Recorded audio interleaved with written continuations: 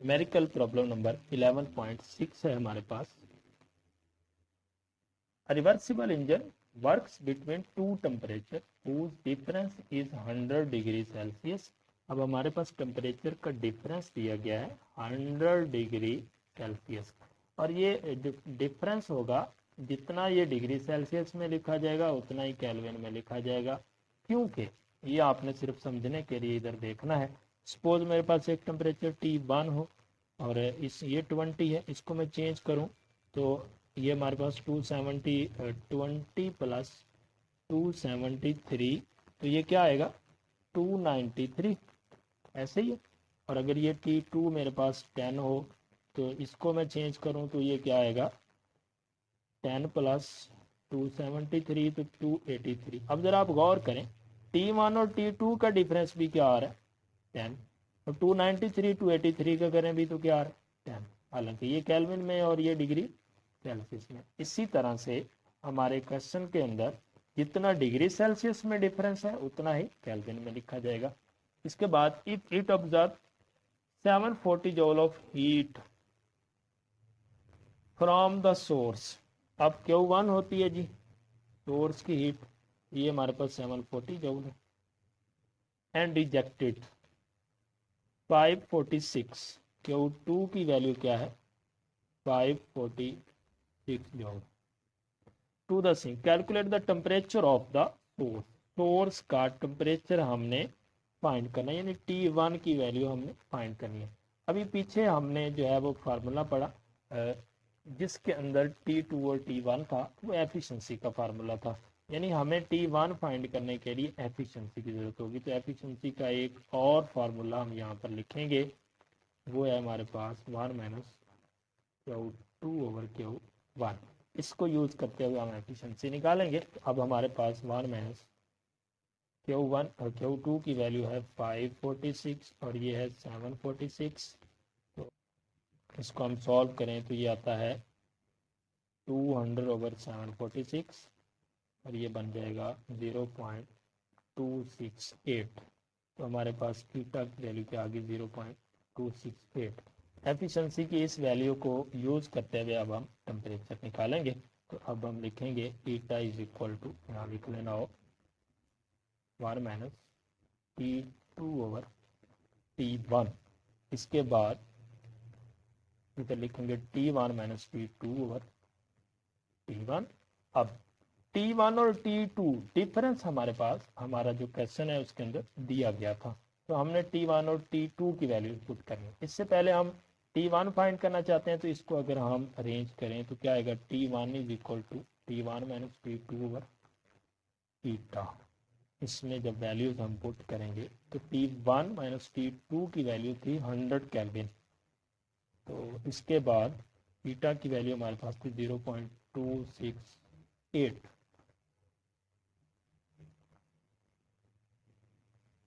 इसको जब हम सॉल्व करेंगे तो हमारे पास इसका आंसर आ जाता है 373 केल्विन। तो ये T1।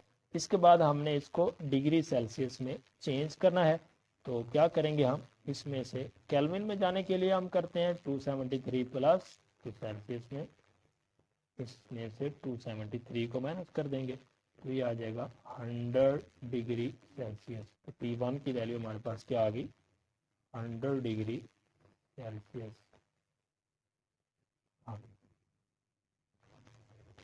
क्वेश्चन में हमें सोर्स का टेम्परेचर भी और सिंक का टेम्परेचर भी कहा गया था। स्टेटमेंट पढ़ते हुए मैंने डाटा में T2 नहीं लिखा, तो वो आपने लिख लेना है। अब हम T2 भी जो है वो फाइंड करेंगे। तो हमारे पास जो डिफरेंस दिया गया था गिवन डाटा के अंदर T1 minus T2 is equal to 100 degree Celsius. इससे हम T2 फाइंड करें तो क्या लिखेंगे T2 इज इक्वल टू, यानी इसको इधर लाए इसको इधर ले गए, T1 minus 100 degree Celsius. T2 is equal to क्या आ जाएगा, अब T1 की वैल्यू क्या आई है 100 डिग्री सेल्सियस ही आई है हमारे पास। अगर आप थोड़ा सा पीछे करके वीडियो को देखें तो ये हमारे पास क्या आ जाएगा 0 डिग्री सेल्सियस आएगा। तो हमारे पास T2 यानी सिंक का जो टेम्परेचर है वो ये आ गया। गिवन डाटा में T2 मैंने जो है वो मेंशन नहीं किया था, तो वहाँ आपने T2 भी लिख लेना है, T1 भी फाइंड करना है और T2 भी फाइंड करना है। तो T1 की वैल्यू हमारे पास आई 100 डिग्री सेल्सियस और T2 की वैल्यू आई है 0 डिग्री सेल्सियस। ये था हमारा न्यूमेरिकल प्रॉब्लम नंबर 11.6। 11.7 न्यूमेरिकल है। A mechanical engineer develop an engine working between 327 degrees Celsius 27 degrees Celsius and claim to have the efficiency of 52. Does the claim correctly? अब इसमें आपने efficiency find करनी है। To temperatures दिए गए हैं। जो हायर टेम्परेचर होता है वो सोर्स का टेम्परेचर होता है। तो ये हमारे पास T1 आ जाएगा 273 डिग्री सेल्सियस। इसको आप केल्विन में चेंज करें, 327 प्लस 273 केल्विन, इसकी वैल्यू होगी हमारे पास 600 केल्विन। और T2 की वैल्यू हमारे पास है 27 डिग्री सेल्सियस। इसको चेंज करेंगे तो 27 प्लस 273 केल्विन 300 केल्विन। और हमने इसमें एफिशिएंसी फाइंड करनी है और बताना है कि क्या जो क्लेम वो कह रहा है कि 52% इसकी एफिशिएंसी, क्या वो दुरुस्त है या नहीं। अगर तो इसका आंसर 52 आ जाए तो हम कहते हैं कि क्लेम इज़ करेक्ट, और अगर ऐसा ना हो तो हम कहेंगे क्लेम इज़ नॉट करेक्ट या क्लेम इज़ फॉल्स। तो इसको हम सॉल्व करेंगे। एफिशिएंसी का फार्मूला इस्तेमाल करेंगे 1 minus T2 over T1 eta is equal to 1 minus T2 की वैल्यू क्या है 300 ओवर 600। T2 की eta is equal to 1 minus 300 over 600। तो ये हमारे पास आ जाएगा 1 माइनस 0.5। अब eta is equal to 1 minus 0.5 mean 0.5। अब इसको परसेंटेज में लाने के लिए 100% से हम मल्टीप्लाई कर देंगे, तो ईटा की वैल्यू क्या आ जाएगी 50%। अब ये हमारे पास 52% नहीं आई, तो हम यहाँ पर लिखेंगे hence the claim is false. Numerical problem number 11.8 है हमारे पास। A heat engine perform 100 joule of work done. अब परफॉर्म कर रहा है सिस्टम, तो हमारे पास होगा 100 जूल प्लस में at the same time reject 40 joule of heat. अब अगर तो हमारे पास सोर्स की सिस्टम की हीट की बात हो तो हम उसको Q1 लिखते हैं। अब ये रिजेक्ट होने वाली हीट को क्या लिखेंगे Q2। तो 400 जूल हमारे पास। What is the efficiency of the system. System की एफिशिएंसी क्या होगी, ईटा की वैल्यू आपने फाइंड करनी है। इसका फार्मूला आपको पता है, ईटा इज इक्वल टू क्या होता है W ओवर Q1। अब ये Q1 है, लेकिन हमारे पास जो गिवन वैल्यू वो Q2 की है, तो हम जानते हैं कि W इज इक्वल टू होता है Q1 माइनस Q2। अगर हम यहाँ से Q1 की वैल्यू निकालना चाहें तो क्या आएगा W प्लस Q2। तो ये फार्मूला हमारे पास में ईटा is equal W over W plus Q2। तो W की वैल्यू हमारे पास है 100 और ये हमारे पास 100 और Q2 की वैल्यू क्या है 400। इसको जब हम सॉल्व करेंगे तो हमारे पास आंसर आ जाएगा 0.2। अगर इसको हम परसेंटेज में लेना चाहें तो 100% से मल्टीप्लाई कर देंगे तो इसका आंसर बनेगा 20%। तो 20% हमारे पास इसकी एफिशिएंसी आ जाएगी। न्यूमेरिकल प्रॉब्लम नंबर 11.9 है हमारे पास। A Carnot engine whose low temperature reservoir is at 7 degree Celsius. अब लो टेम्परेचर जो होता है वो T2 होता है हमारे पास 7 डिग्री सेल्सियस। तो इसको हम चेंज करेंगे 7 पर 273 केल्विन, तो ये आ जाएगा 280 केल्विन। हैज़ एन एफिशिएंसी 50% जो है वो उसकी एफिशिएंसी है। It is desire to increase the efficiency to 70%। अब वो ये चाहता है कि सिस्टम की एफिशिएंसी जो है वो 70% हो जाए। By how many degrees the temperature of the source be increase. उसको कितना जो है वो टेम्परेचर को बढ़ाना होगा। तो हमने असल बेसिकली हमने जो फाइंड करना है वो इंक्रीज्ड इन टेम्परेचर, ये फाइंड करना है हमने। तो ये हमारे पास फाइंड करने के लिए सबसे पहले अब देखें, जब उसकी 50% एफिशिएंसी है उस पर जो सोर्स का टेम्परेचर है वो क्या है। सबसे पहले हम T1 फाइंड करेंगे और हम एफिशिएंसी 50% यूज़ करेंगे। उसके बाद एफिशिएंसी, इसको 1 कह लें, इसको 2 कह लें।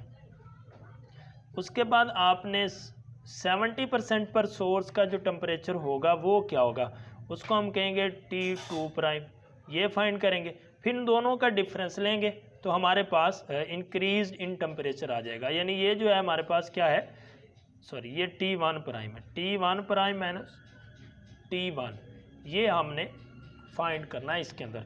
सबसे पहले T1 निकालेंगे, एफिशिएंसी हम क्या करेंगे 50% यूज़ करेंगे, T2 की वैल्यू हमारे पास गिवन है। उसके बाद हम 70% एफिशिएंसी को यूज़ करते हुए T1 प्राइम निकालेंगे, फिर उन दोनों का डिफरेंस लेंगे कि हमारे पास 50% पर जो टेम्परेचर सोर्स का है उससे इस टेम्परेचर तक पहुंचने के लिए उसको कितने डिग्री सेल्सियस और टेम्परेचर देना पड़ेगा, तो वो डिफरेंस हम बाद में फाइंड करेंगे। तो लिखते हैं फार्मूला,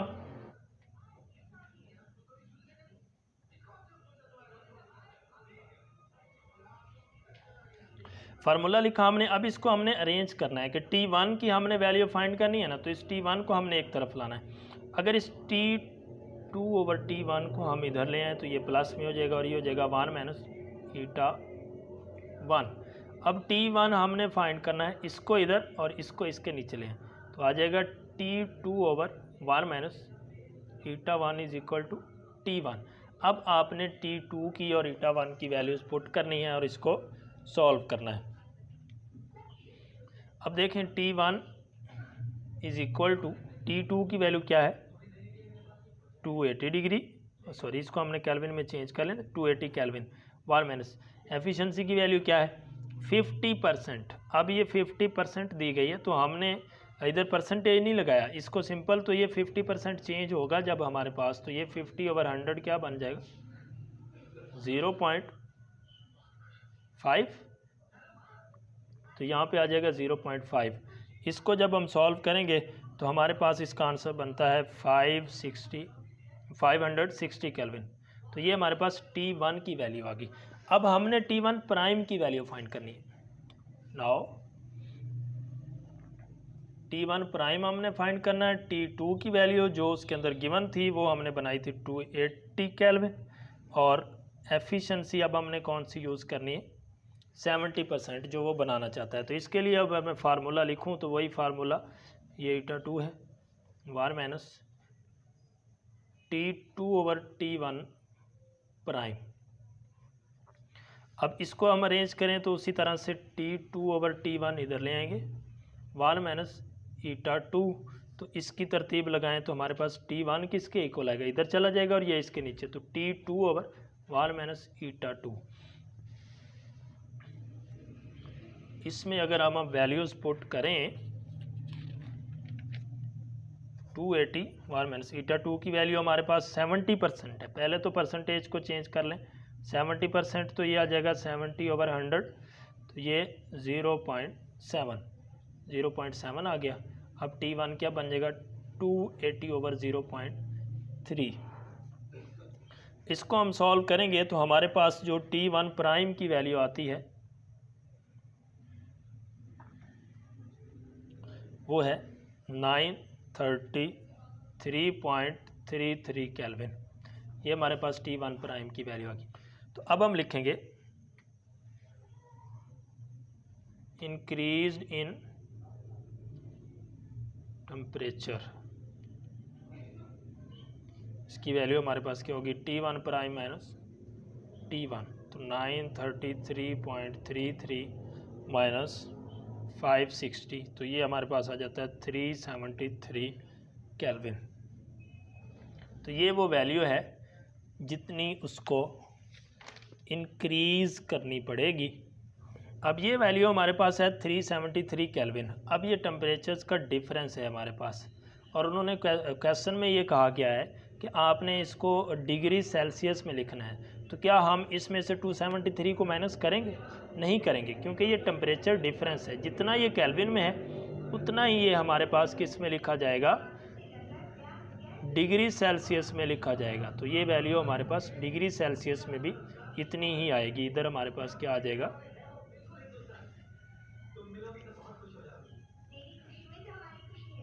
इंक्रीज इन टेम्परेचर, ये हमारा आंसर आ गया। न्यूमेरिकल प्रॉब्लम नंबर 11.10 है हमारे पास। A steam engine has a boiler that operate at 450 kelvin. अब ये हमारे पास सिस्टम इंजन ऑपरेट हो रहा है, इसका टेम्परेचर क्या होगा T1 450 केल्विन। अब ये केल्विन में दिया गया, इसको हमें चेंज करने की ज़रूरत नहीं है। The heat change water to steam which drive the piston, the exhaust temperature of the outer side air is about 300 kelvin. 300 kelvin हमारे पास T2 दिया। What is the maximum efficiency of the system. Efficiency बच्चों आपने find करनी है। Formula आपको पता है, बहुत ही आसान न्यूमेरिकल है, 1 - T2/T1। और इसके बाद आपने इसको परसेंटेज में लेना होता है, शुरू में ही आपको 100% से मल्टीप्लाई कर लें। ईटा इज इक्वल टू 1 - T2 की वैल्यू क्या है 300 और ये है 450 मल्टीप्लाई 100%। ईटा की वैल्यू क्या आ जाएगी 1 - इसका आंसर आता है 0.66 100%। अब ईटा की वैल्यू इसको हम सॉल्व करें तो 0.33, इसको 100% से आप मल्टीप्लाई करें तो ईटा की वैल्यू क्या बन जाती है 33%। तो एफिशिएंसी हमारे पास इंजन की क्या आ गई 33% इसकी एफिशिएंसी आ गई। न्यूमेरिकल प्रॉब्लम नंबर 11.11 है हमारे पास। 336 joule of energy is required to melt 1 gram of ice at 0 degree Celsius. What is the change in the entropy of 30 gram of water at 0 degree as its change to ice at 0 degree by the refrigerator। आपने इसमें क्या करना है जी, entropy find करनी है। सबसे पहले हमारे पास जो वाटर की मैस दिया गया है वो है 30 ग्राम। इसको हम सबसे पहले तो किलोग्राम में चेंज करते हैं, तो 10⁻³ किलोग्राम हमारे पास आ गया। टेम्परेचर हमारे पास कितना दिया गया है 0 डिग्री सेल्सियस। इसको हम चेंज करेंगे तो 0 + 273 केल्विन, ये हमारे पास 273 केल्विन आ गया। इसके बाद क्वेश्चन की स्टेटमेंट पर गौर करें। 336 joule of energy is required to melt 1 gram of ice. अब 1 ग्राम आइस को मेल्ट करने के लिए जो एनर्जी चाहिए होती है तो ये 336/1 ग्राम, इसको कहा जाता है heat of fusion of ice. तो ये हमारे पास क्या होगा जूल और ये 1 ग्राम। इसको हम HF की सूरत में लिखेंगे। हमने एनर्जी और 1 ग्राम नहीं लिखना, बल्कि ये क्या होगी हमारे पास heat of fusion of ice, यानी वो हीट जिस पर हमारे पास 1 ग्राम जो है वो अपनी स्टेट को जो वो चेंज कर लेता है। तो ये हमारे पास 336 ग्राम में है, तो इसको किलोग्राम में हम चेंज करेंगे तो ये आ जाएगी 1000 जूल पर किलोग्राम। तो ये HF की वैल्यू हमारे पास क्या आ गई 336 और ये 3 0 साथ लगा देंगे किलोग्राम। ये HF की वैल्यू आ गई, इसको ज़रा आप ज़हन में रखें। इसके बाद हमने फाइंड करनी है एंट्रोपी, डेल्टा S हमने फाइंड करना है जी। डेल्टा S का फार्मूला हमारे पास क्या है जी डेल्टा Q/T। अब ये जो डेल्टा Q है ये किसके इक्वल है, डेल्टा Q इक्वल होगा हमारे पास -m × HF। HF क्या है heat of fusion of ice, जहाँ पर वो अपनी 1 किलोग्राम मैस अपनी स्टेट को चेंज करता है। अब कितना हमारे पास मैस है उससे हम मल्टीप्लाई कर देंगे, ये 30 है। HF की वैल्यू हमारे पास हमने निकाल ली है, ये आई, इससे मल्टीप्लाई करेंगे डेल्टा Q। अब इसके साथ जो मैंने माइनस का साइन लगाया इसकी वजह क्या है, negative sign show heat energy removed from water. Water से एनर्जी हम निकालेंगे, यानी उसकी एनर्जी को हमें टेम्परेचर को कम करना होगा। आहिस्ता आहिस्ता उसमें से जो है वो हीट रिलीज होती चली जाएगी, रिमूव होगी, तब जाके वो आइस बनेगा। शो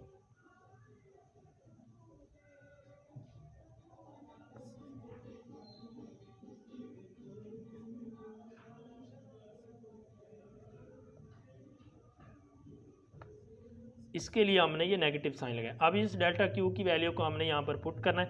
M की, HF की और T की वैल्यूज हमारे पास हैं, तो हम इससे डेल्टा S फाइंड कर लेंगे।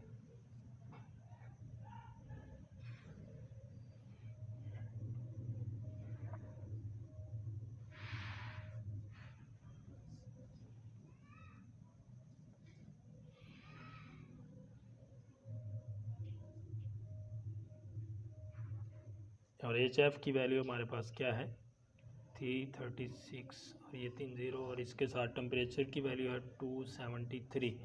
इस सारे को जब हम सॉल्व करेंगे तो हमारे पास आंसर आ जाता है -36.92 जूल पर केल्विन। तो ये हमारे पास एंट्रोपी की वैल्यू आ गई। ये थे हमारे चैप्टर नंबर 11 के न्यूमेरिकल्स। अगर कोई बात आपको ना समझ आई तो आप पूछ सकते हैं।